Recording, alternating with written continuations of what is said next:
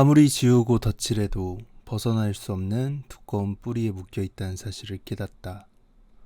명작은 평가하지 않습니다. 이시카와 케이 감독의 영화 한 남자는 이야기의 나열, 배치, 구조, 여러 부분이 매우 유려한 영화입니다. 영화의 전반적인 주제는 미야베 미유키 작가의 소설 화차와 비슷하며 분위기와 톤은 하마구치 류스케 감독의 아사코나 드라이브 마이카를 생각나게 합니다. 다만 저는 한남자라는 영화 자체에 대하여 조금이라도 덜 알고 낯선 상태로 보셔야 좀 더 만족스러운 경험을 할 수 있다고 생각하기 때문에 영화에 대한 어떠한 정보도 알아보지 마시고 극장에서 먼저 관람하신 다음에 본 감상 리뷰를 보시길 권장드립니다.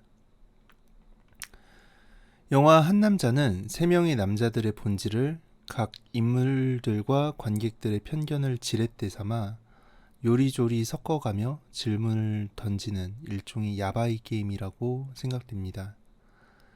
영화는 서로 만난 적 없는 인물들을 연결하기 위해서 다이스케라는 사람이 사실은 다이스케가 아니었다는 사실에서 출발을 해서 한 편의 추리물처럼 뿌리에 엮인 사람들을 필요 이상으로 들춰내서 이어나가며 접점이 전혀 없을 것 같은 세 사람의 점을 한 명의 선으로 그러니까 한 일자로 쭉 그어내는데 르네 마그리트의 금지된 재현이라는 작품처럼 한 편의 초현실적인 미술 작품을 보는 듯한 느낌을 받았습니다. 이 영화에서 다이스케라는 두 사람을 찾는 과정은 마치 마크 트웨인의 왕자와 거지 작품이 떠오르게 하는 이제 빈티지 라벨을 붙여 비싼 값에 판매가 된 싸구려 와인이 어디서부터 바꿔치기가 되어 판매가 되었는지 추적하는 그런 이야기로 그려집니다. 이야기가 진행됨에 따라서 사형수의 아들 또는 이제 자이니치 3세 또는 이제 개인의 삶을 무겁게 짓누르는 가업의 무게, 또 태어날 땐 요네다, 어머니가 이혼한 다음엔 다케모토, 어머니가 결혼하고 나선 타니구치로 바뀌며 이제 느끼게 되는 정체성에 대한 고충 같은 이제 아무리 지워도 보고 덧칠도 해봐도 벗어날 수 없는 그런 삶의 굴레들이 나열이 되면서 범죄에 대한 연좌제, 가정폭력의 대물림, 그리고 개인의 정체성을 박탈하는 정부의 정책, 그리고 동아시아 국가에 깊이 뿌리내린 배타성들에 대한 깊은 고찰을 관객들이 하게 하는 그런 영화라는 생각을 하게 됩니다. 영화를 보면 그 리에라는 인물이 나는 도대체 누구의 인생과 함께 살아온 걸까요? 라고 말하는 대사가 있습니다. 이게 이제 나중에 영화의 결말부에서 리에는 이제 정부에게 다이스케라는 사람과 결혼을 한 적이 없기 때문에 지금 한 결혼은 무효라는 답변을 받게 되는데요.